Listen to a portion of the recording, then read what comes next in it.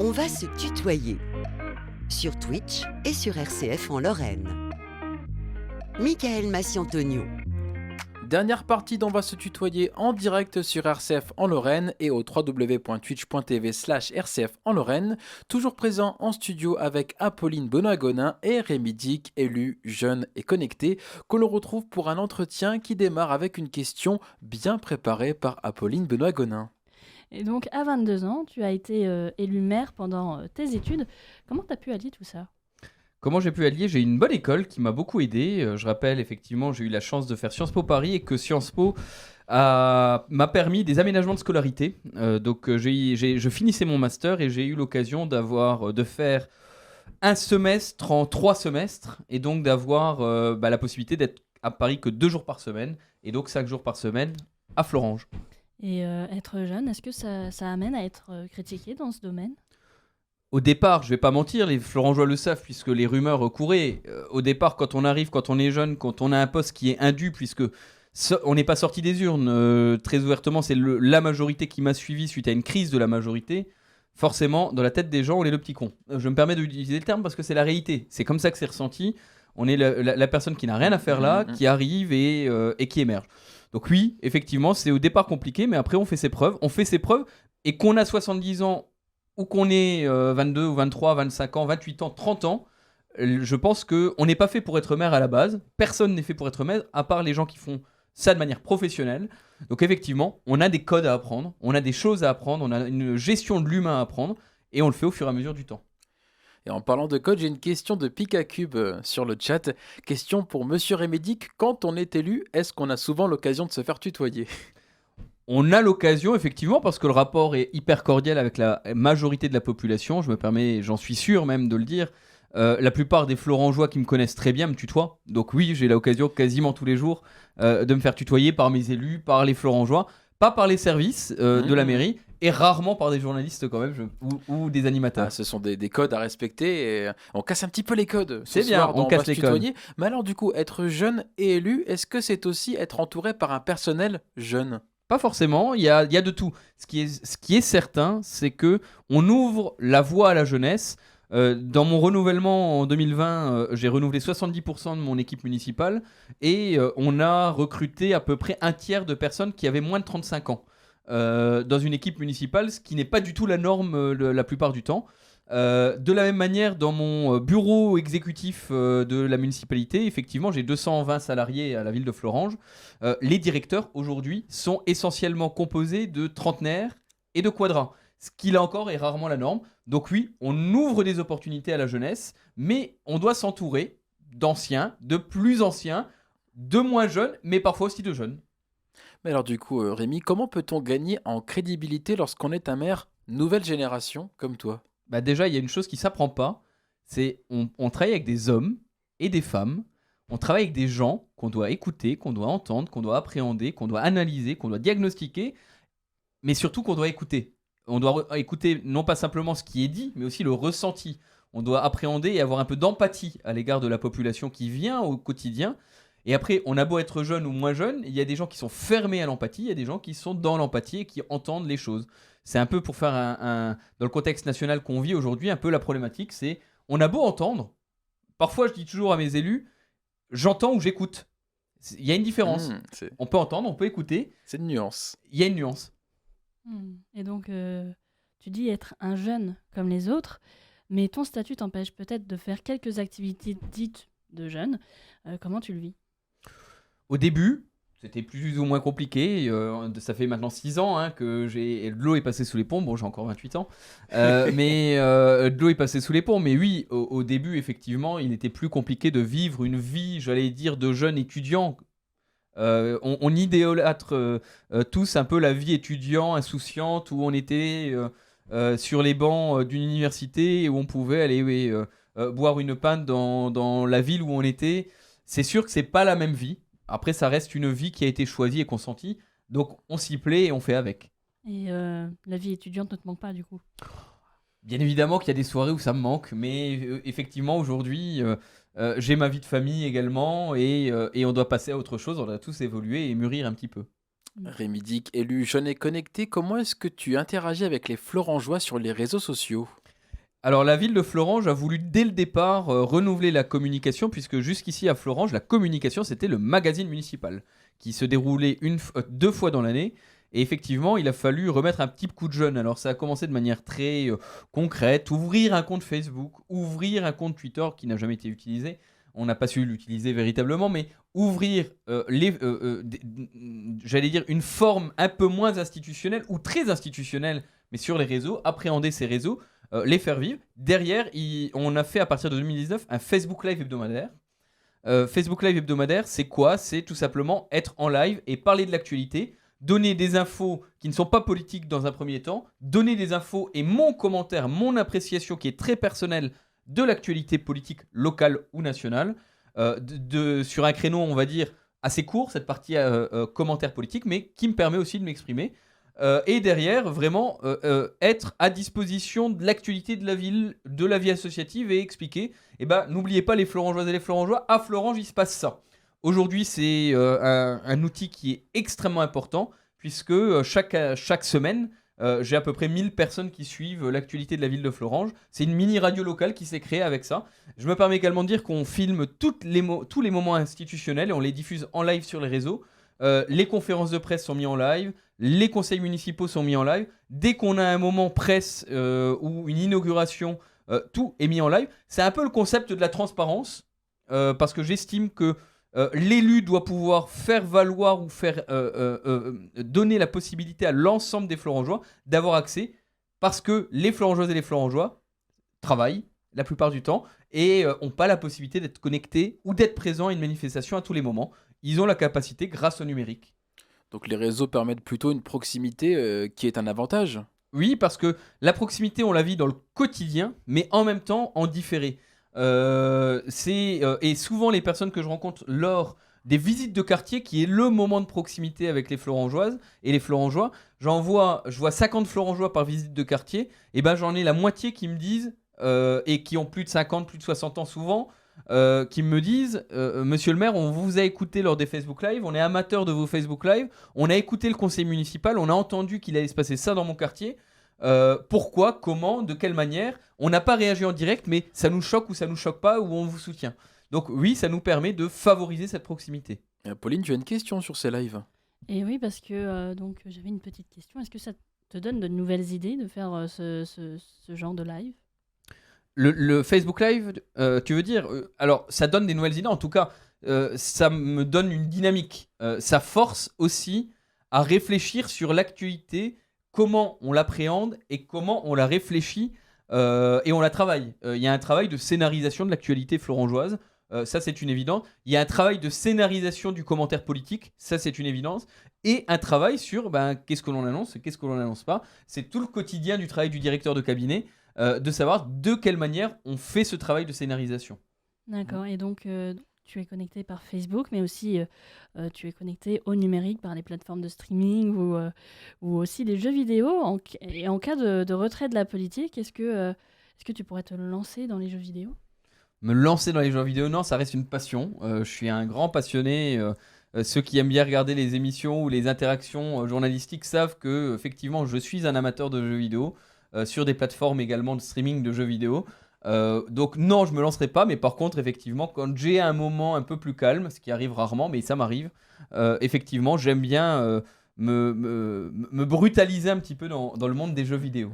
En parlant des jeux vidéo, on a pu également se rendre compte que tu t'étais investi dans le e-sport au sein de la ville de Florange. Est-ce que c'est toujours d'actualité? Non, malheureusement, on avait une équipe qui est venue vers nous avec des jeunes venus de Thionville, de Florange, de Guénange, qui avaient voulu lancer une équipe de e-sport, qui n'ont pas tenu la deuxième année. Ils n'ont pas réussi à dépasser le cap de la crédibilisation du modèle économique. C'est dommage, mais on vient de renouveler un peu notre service jeunesse et sport, et l'un des caps fixés par l'adjoint, c'était de relancer effectivement une équipe de e-sport et d'essayer d'encourager cette dynamique sportive, parce que moi je reste persuadé que c'est un outil qui est culturel.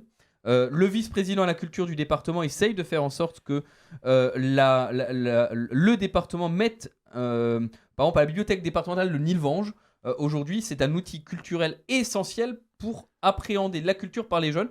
Il y a quelques grands noms des jeux vidéo, je vais prendre les Assassin's Creed, je prends cet exemple-là parmi d'autres, qui sont dignes de l'art ou du produit, qui sont autant artistiques qu'un bon film.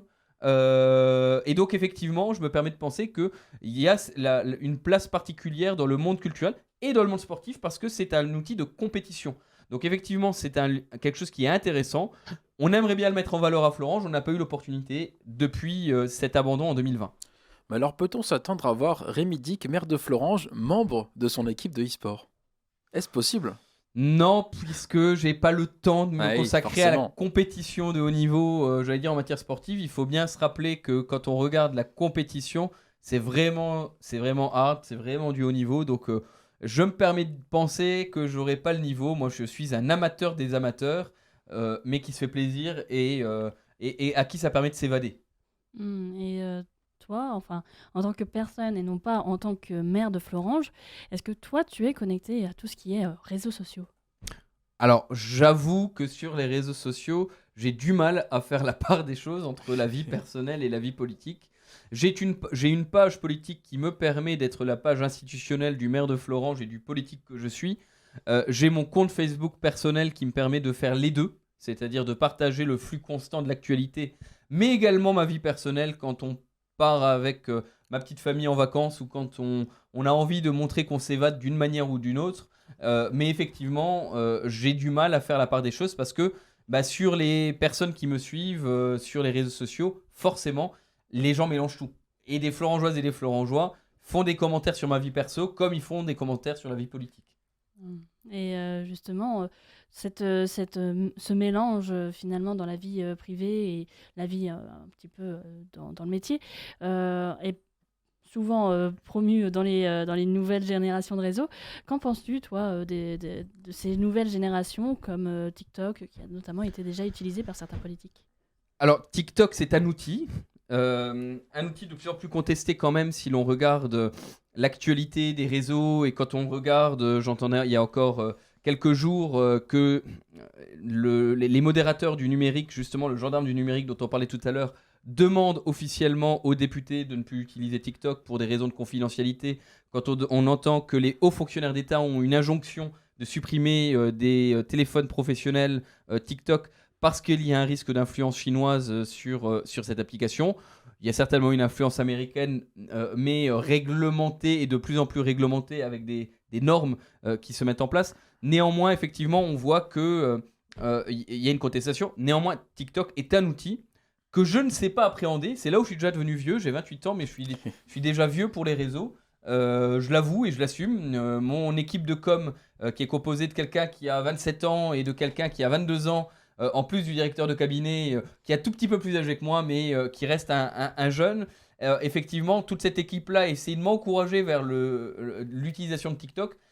J'avoue ne pas me ressentir l'âme ou je ne saurais pas l'utiliser, mais parce qu'effectivement je saurais utiliser Twitter, c'est de ma génération, je saurais utiliser Facebook, c'est de ma génération, je saurais à peine utiliser Snapchat et Instagram parce que c'est de ma génération mais je ne l'ai jamais utilisé vraiment au quotidien.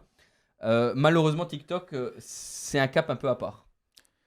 Et tu dis que de tous les mandats politiques, il n'y a pas plus intéressant que celui de maire, mais au-delà de ta passion pour la vie politique, quelle est la plus grande passion de Rémi Dick? En dehors de la vie politique, c'est particulier puisqu'effectivement, je fais partie de ces jeunes qui ont bouffé de la politique depuis leurs 13 ans, à se passionner pour les élections, à ne pas dormir un soir d'élection américaine pour regarder chaque État, savoir quel État tombe et quels sont les swing states aux États-Unis, à regarder, à faire des soirées électorales, voilà, avec beaucoup de passion, comme beaucoup d'autres. Je suis pas seul et unique en la matière. Donc oui, la vie politique m'anime. En dehors de ma vie de maire, et donc effectivement, je différencie la politique nationale et la passion du jeune pour la politique ou de l'homme pour la politique de celle du maire. À côté de ça, effectivement, mes passions, on en a cité une, la vie, loisir, du jeu vidéo. On a cité, effectivement, j'ai une passion plutôt pour la lecture historique. Je n'ai pas un ouvrage particulier, mais je lis régulièrement encore et beaucoup d'ouvrages qui sont liés à l'histoire. Mais voilà, j'ai pas une autre passion proéminente dans ma vie autant que la vie publique ou la vie politique peut prendre de la place. Et si demain tu devais choisir un autre domaine que la politique, vers quel parcours te dirigerais-tu niveau professionnel? Est-ce que tu suivrais justement cette passion pour la lecture historique? Non, non, bien évidemment que non, pour une raison simple. Première chose, je me permets de le dire, j'ai eu un parcours de professionnel de la vie politique. Première Oui. chose. Pourquoi ? Parce que j'ai commencé en tant qu'étudiant. J'étais étudiant, j'ai été nommé maire à 22 ans en tant qu'étudiant. Je n'ai même pas eu le temps de débuter un parcours professionnalisant que j'ai été mis dans le bain politique immédiatement C'est ça. et dans la vie publique. Donc oui, j'ai ce parcours-là que je déroule. J'ai les opportunités dans ma communauté d'agglomération, au conseil départemental. Le président Weiten m'a fait confiance. Les Florangeois ont continué à me faire confiance. Donc maintenant, je déroule mon parcours. Si la vie publique s'arrêtait pour Florange, je pense que je m'engagerais dans la vie de l'entrepreneuriat. D'accord. Voilà, parce que je crois à la notion de risque, parce que je crois en l'entreprise, parce que je ne me vois pas, et je me permets de penser, et je l'ai toujours dit, et ça fait parfois polémique, mais c'est pas négatif de le dire. Je pense que j'ai commencé à 22 ans, j'ai déjà 28 ans, ça fait déjà 6 ans que je suis engagé en tant que maire de Florange.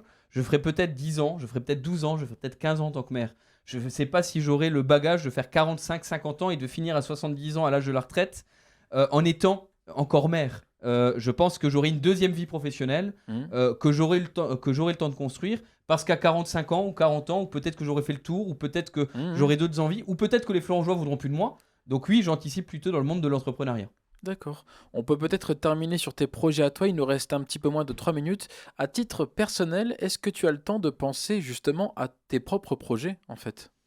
À mes propres projets, à titre personnel, oui, effectivement. J'ai une petite fille, j'ai une vie de famille. Dès que je suis dans ma vie familiale, on parle beaucoup voyage. Donc j'ai cette opportunité de faire partie des gens qui vont 6 ou 7 fois en voyage par an. Parce que chaque week-end est l'occasion, chaque week-end un peu allongé. Après ma permanence en rendez-vous, à 11h du matin, j'ai la capacité de prendre un avion dès qu'il y a un jour férié pour partir. Oui, effectivement, il y a ces projets personnels-là. Je me permets aussi de dire, au-delà de ça, que des projets personnels dépendent malheureusement ou heureusement, là encore, du tourbillon de la vie publique. Forcément. Forcément. Parce que aujourd'hui, c'est la ligne que j'ai choisie au quotidien. Et toute action, toute ambition à titre personnel dépend aujourd'hui de ce paradigme-là et de la vie publique. Donc aujourd'hui, je travaille là-dedans. Je travaille aussi dans le cadre politique aussi sur la question du parti. Parce que je fais partie des élus, les républicains, de cette droite républicaine qui croient encore au parti, qui croient encore qu'il y a un avenir au parti et qui pensent que le parti, je ne dis pas peut se relever parce que ça ne veut rien dire, mais a une capacité à avoir encore du sens et une pertinence dans l'après-Macron. Donc effectivement, c'est quelque chose que je travaille avec d'autres, et évidemment pas seul. Donc oui, j'ose dire aujourd'hui qu'il y a des projets, mais qu'il a encore, il y a la vie perso, purement perso, et je fais un barrage total. Et le reste, tout ce qui m'anime, ça reste la vie politique et publique. D'accord, j'en profite pour rebondir sur le chat. Alors, il nous reste 40 secondes pour répondre à cette question. Avec les autres élus, c'est pas trop dur d'être toujours entouré de plus vieux. Alors, pour le coup, ici, c'est sûr que tu es entouré de personnes qui sont même plus jeunes que toi. Mais du coup, du côté de... Non, parce qu'aujourd'hui, on a eu quelque chose d'assez extraordinaire pour la vie locale, pour le département de la Moselle, c'est qu'il y a eu un gros renouvellement aussi des élus. Je me permets de dire que depuis les élections de 2020 puis de 2021, aujourd'hui il y a au moins une quinzaine de maires qui ont moins de 35 ans, moins de 40 ans. Je me permets de penser aussi qu'il y a une nouvelle génération des conseils départementaux où on a là encore une vingtaine d'élus qui doivent avoir moins de 40-45 ans. Donc oui, il y a un renouvellement, ce qui aide un petit peu. J'étais un peu précurseur parce que mon conseil municipal m'a fait confiance plus rapidement que les autres. Mais effectivement, aujourd'hui, la nouvelle génération d'élus, elle est bien ancrée en Moselle. Eh bien, si c'est sur ces belles paroles que va se terminer cet entretien avec toi, Rémi, merci beaucoup. Merci à toi. Merci d'avoir accepté l'invitation d'On va se tutoyer. Et puis, bonne poursuite de ce parcours jusqu'au plus longtemps possible. Merci à vous tous.